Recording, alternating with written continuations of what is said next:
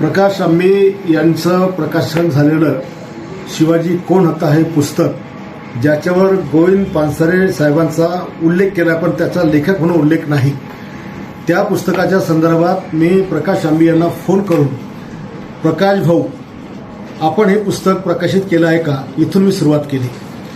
छत्रपती शिवाजी महाराज हे करोडो देशवासियांचं दैवत आहे.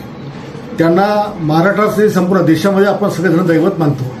त्यांचा कुठेही उल्लेख करताना श्री छत्रपती शिवाजी महाराज असाच उल्लेख केला जातो.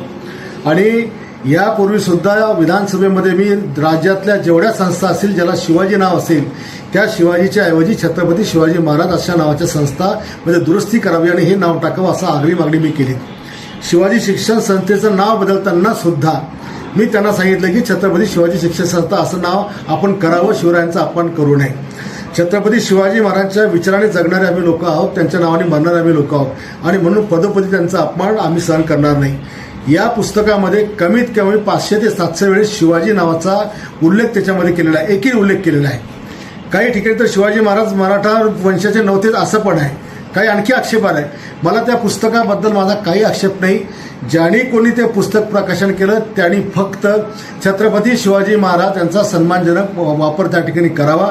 मी जे काही त्यांना रात्रीच्या वेळेला त्यांना शिवगाळ केली, त्यांच्या आईबद्दल बोललो असेल किंवा त्यांच्या पत्नीबद्दल, त्याबद्दल मी दिलगिरी व्यक्त करतो. पण ज्याला कुणाला बुलढाण्यातून पुस्तक वाचायचं असेल का महाराष्ट्रात आणखी कुठं वाचायचं असेल त्याला आमची विनंती आहे की आपण आपल्या बापाचं नाव सुद्धा एकरी घेत नाही तर महाराजांचं नाव किंवा छत्रपती शिवाजी महाराज असंच नाव त्याच्यामध्ये उल्लेख करा आणि मग खुशाल पुस्तक वाचा.